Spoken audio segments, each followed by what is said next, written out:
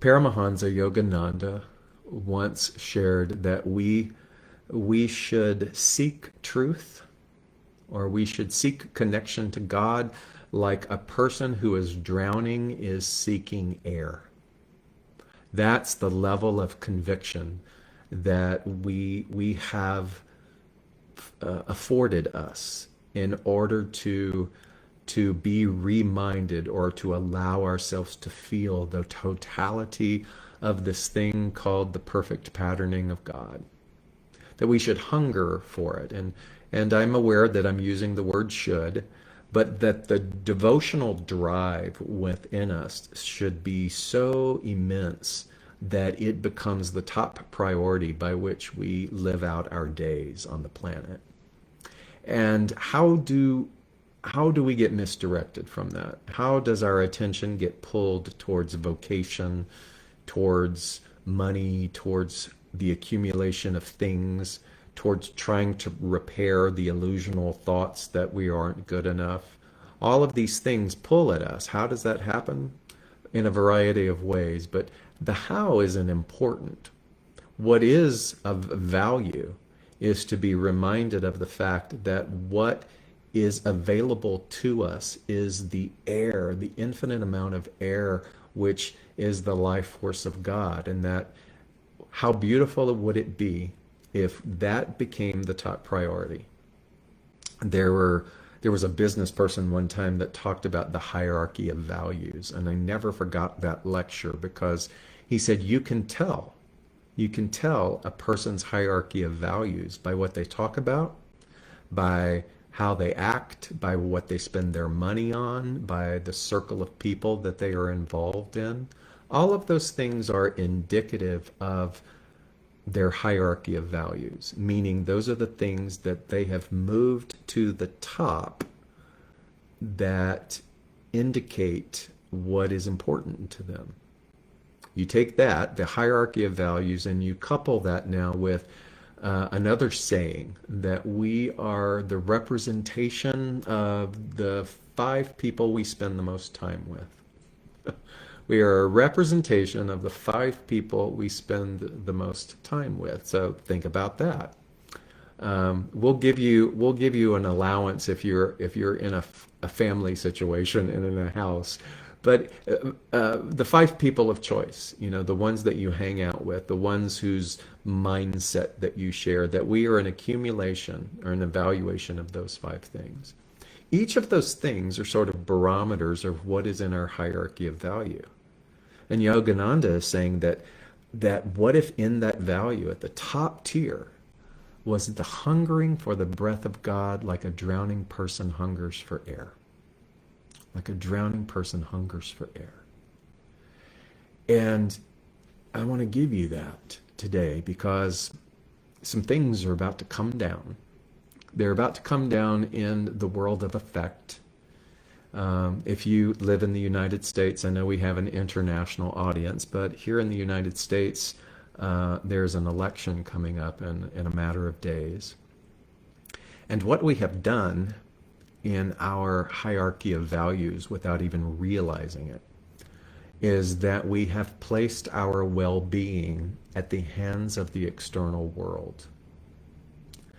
And in that hierarchy of value, we have made judgment calls, and we have made decisions based upon how a vote turns out. I will be happy. My hierarchy of value with regards to my lifestyle, my health, my happiness is dependent upon. And it's important, and this is the invitation, this is the part that I stress, the allowing part. It's important to allow yourself to investigate who you're hanging around with and what voices that you are listening to, and see if you can be open and spacious enough to allow an influence to remind you that you are not at the mercy of the effect of the outside world. That if that could become in your hierarchy of value, if you could consider the fact that this metaphysical phraseology that we toss out, that we live in a perfect universe and that all is God, isn't just pablum. It isn't just bumper sticker wisdom, that it is truth. And how do you and I hunger for that truth so much? We hunger for it so much that it is like a person who is drowning coming up for air. So I want to plant that seed of intentionality for that hunger. Because if you can rearrange life in such a way, you give other people permission to rearrange life in such a way either. And so some things are coming down. And I want to give you this one fundamental, foundational thing to consider, that you are not at the effect of a public vote. Now, that could sound really careless and reckless and privileged.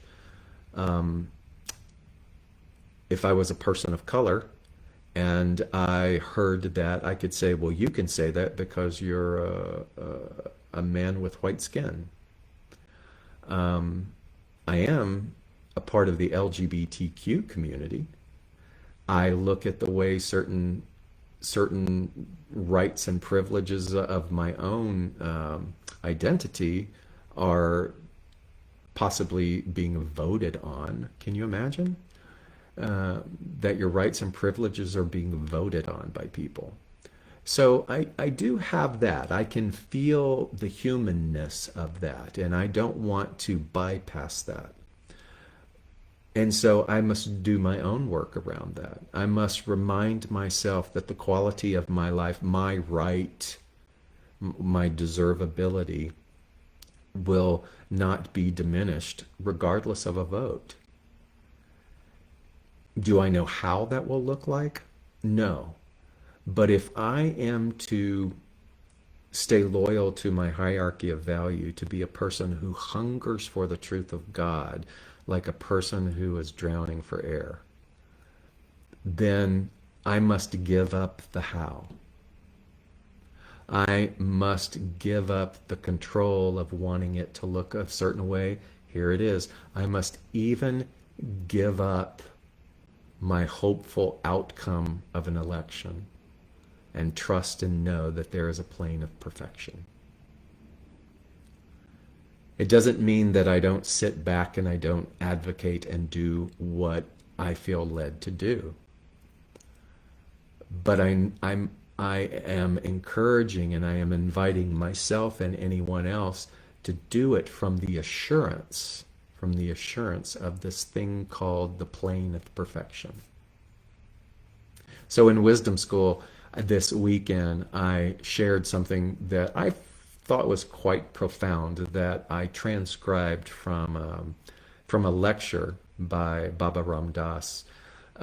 This was a talk that he was giving in the late 70s, and he was talking about the plane of perfection, or the multidimensionality. So let me explain just a little bit. What we are experiencing right now is a one-dimensional experience. You are Kathy, you are Yolanda, you are Nevia, you are Claire, you are Ray, you are Bill, you are Jim. You are all of these people in a one-dimensional experience. And so it's kind of like a movie. One of the ideas that came to me this week is that this one-dimensional experience is like going to a multiplex. Have you ever done that? You buy your ticket, they tell you what theater to go to, and you sit and you watch the movie. If you're paying attention, you can hear the bleed through of the noise of all of the other movies that are playing in the adjacent rooms. And each of the people who are in those rooms are engrossed in that particular movie. And so think of life that way, or what you understand this lifetime to be, this singular plane of existence to be. It's a movie. It's an illusional movie. And what's going on? There are countless movies being played, of which we are a character in all of them. In other words, there is a multi-dimensionality. Right now, we are aware of this. We have had a desire to log on and to have this exchange, and I've had a desire to give this discourse, and we're all just playing together in this movie.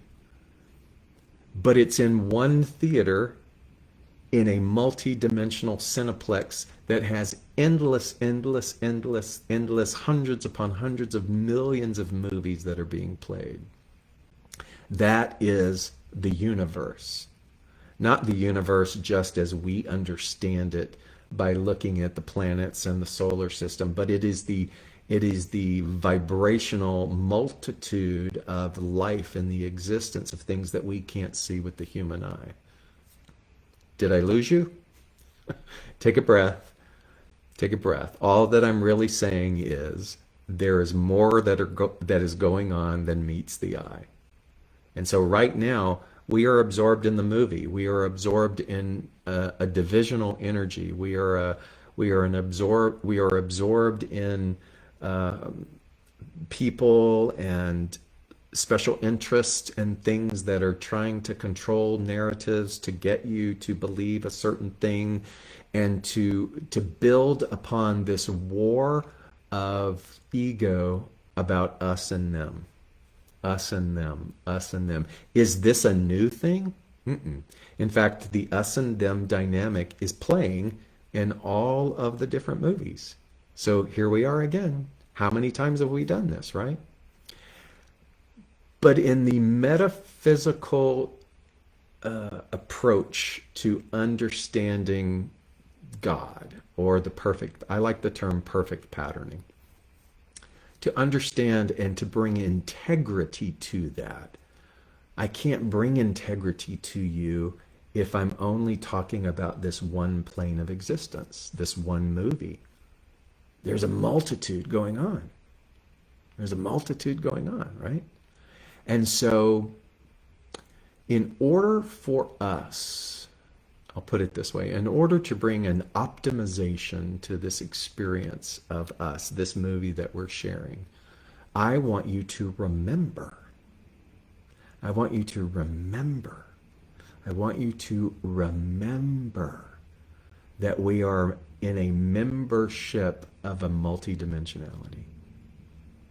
And in this multidimensionality, it is one organism, and that organism is God, and it's perfect.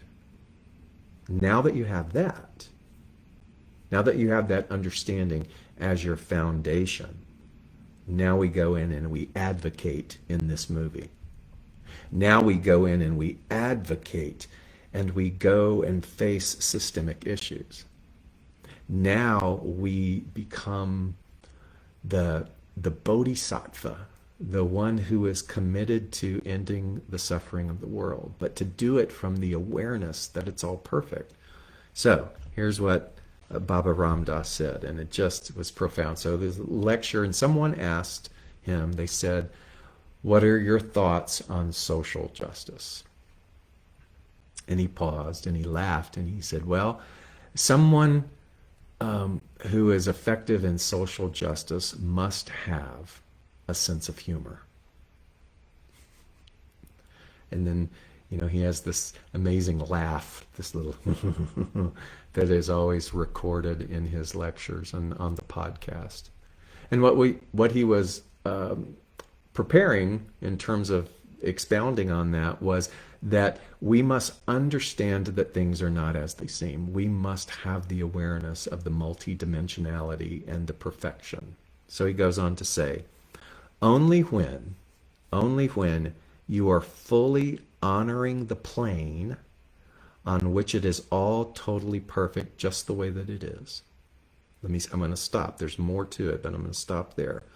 Only when you are fully honoring the plane on which it is all totally perfect just the way it is. What plane is that? What plane is that? That's the full organism.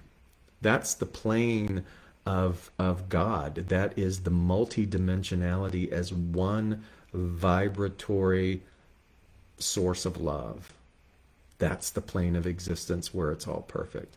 Only when you are fully honoring that plane. Let me stop again. What does it mean to fully honor it? That means that in the hierarchy of our value system, like Yogananda said, to fully honor that plane of existence, which doesn't seem like it's around me because it seems like there's chaos around me. But to fully honor the plane of existence where it's all perfect means that I must get quiet. I must have a devotional practice. I must hunger for a glimpse of that plane of perfection so much that it's like the person who is drowning, longing for air. What would that do if my time and attention was redirected that way? I would probably spend less time trying to justify my position.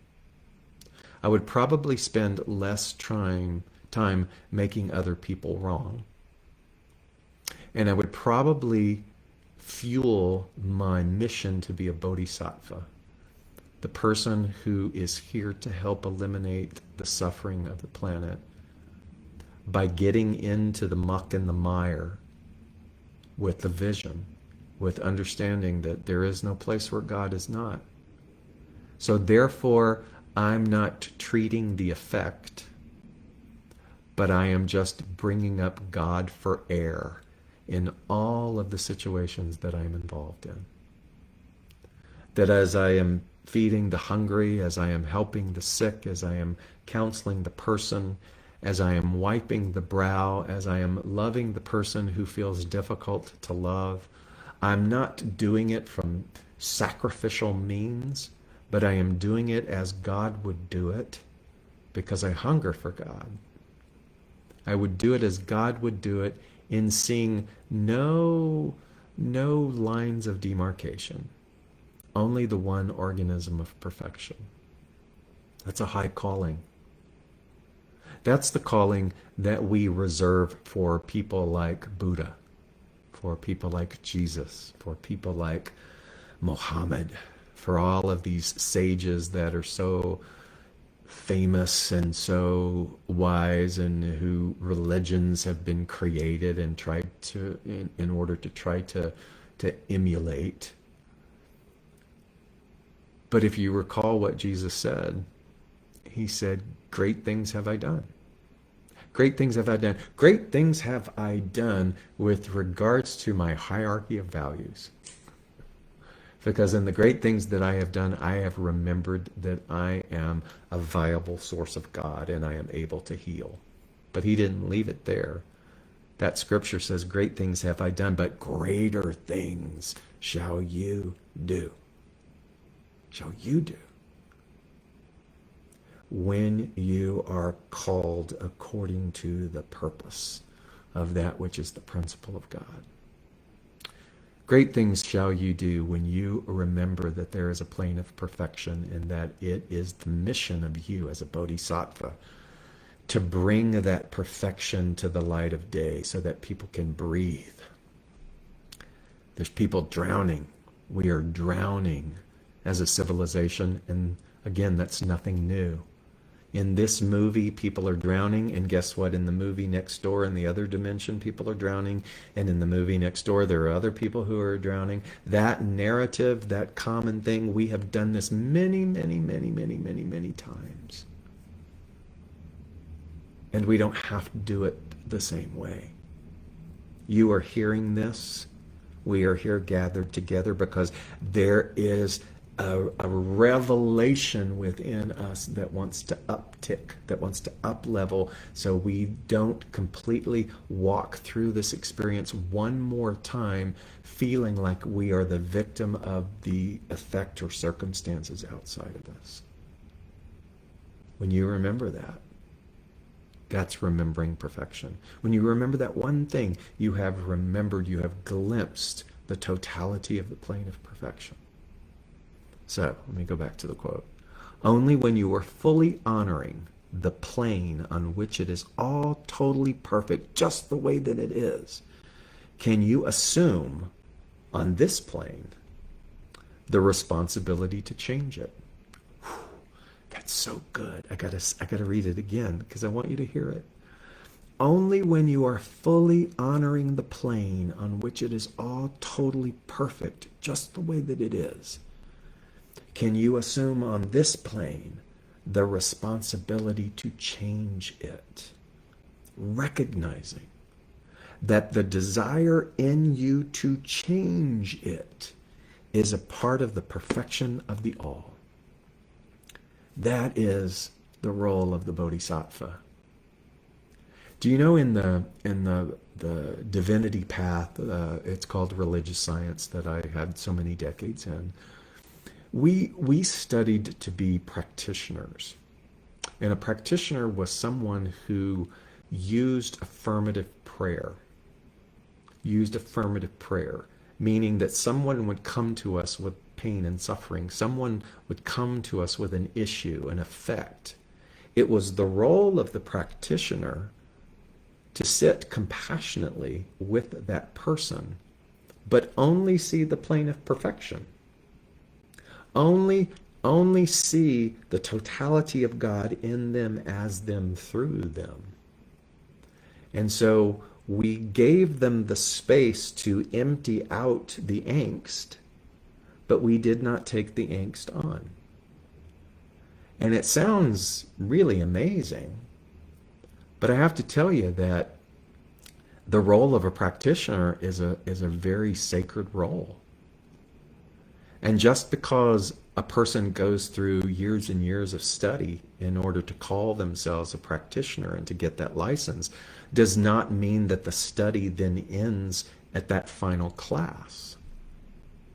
Because we are all called to be a practitioner of the plane of perfection. So really what the prayer is, we call it affirmative prayer, or we call it a spiritual mind treatment. You are treating the mind spiritually. But really what it is vocalizing multidimensionality. It's like somebody coming with a singular dimensional issue, and we give them the multidimensionality reminder that God is all that there is and that it's all perfect. And what is supposed to be the result? The result is that once the prayer of affirmation is given, once the multidimensionality is spoken, that it begins to diffuse the illusion of the effect. That's really, a practitioner is a bodhisattva. You and I don't have to go through years of study in order to be able to do that. You can begin to do that right now. In fact, you do it in small ways that perhaps you're not even aware of. You are a bodhisattva when you go to a supermarket and you are aware that the person that is checking out your groceries is a viable being that has children, that has bills to pay, that has had to get up and travel. And sometimes when you engage in conversation and you really ask them depth questions, not just surface questions, but depth questions, you find that they've had to take public transportation. They've had to go through all of these things just to be able to take your items and ring them through and be a part of that energy exchange.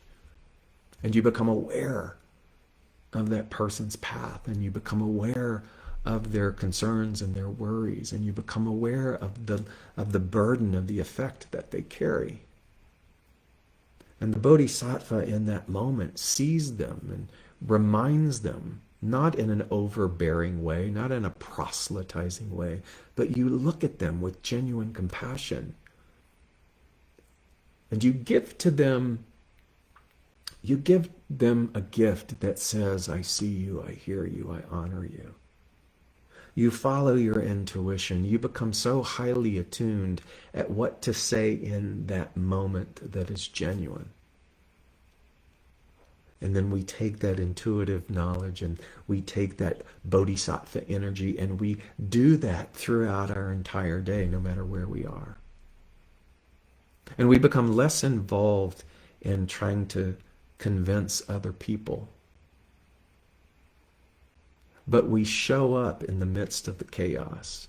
Yes, we even encounter on the streets of protest. We see the person that we are protesting against, and we see our position in the protest, and the bodhisattva goes, here we are again. Look at you. There you are, and here I am. And there is a plane of perfection.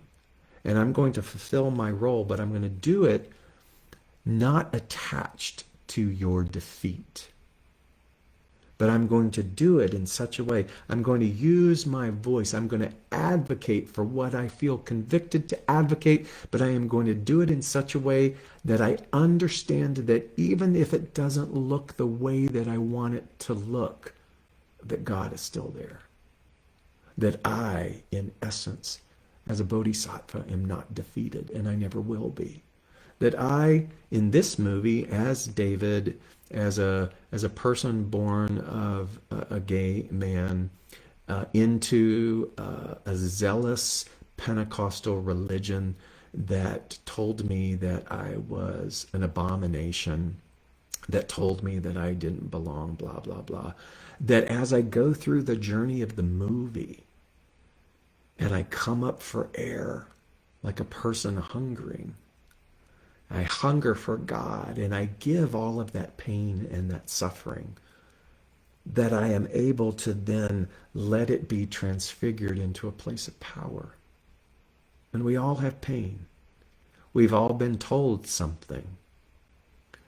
But do you allow the effect of what you've been told, the outer thing, to suffocate you? Or are you able to come up for air? Are you able to readjust your hierarchy of values? And are you able to say, I am at choice. I can choose where I want to be, who I want to surround myself with.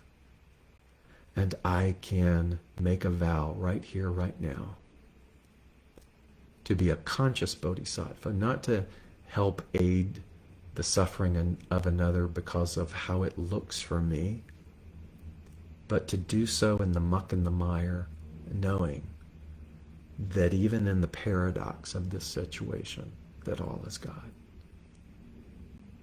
We are moving close to this effect. It's coming up. The planet needs you. Not just the United States, but the entire world needs us to come up for air. And I know that you will find your own pocket of quiet. You will find your outlet. You will trust. And you will allow the plane of perfection to emanate through you in your way. And it will all be perfect. I love you. I'm honored again to share time with you every week. If you are so moved, your support is greatly appreciated. All of the ways in which you can be a part of that are listed in the information of this video. And I will see you next time. Great love to you.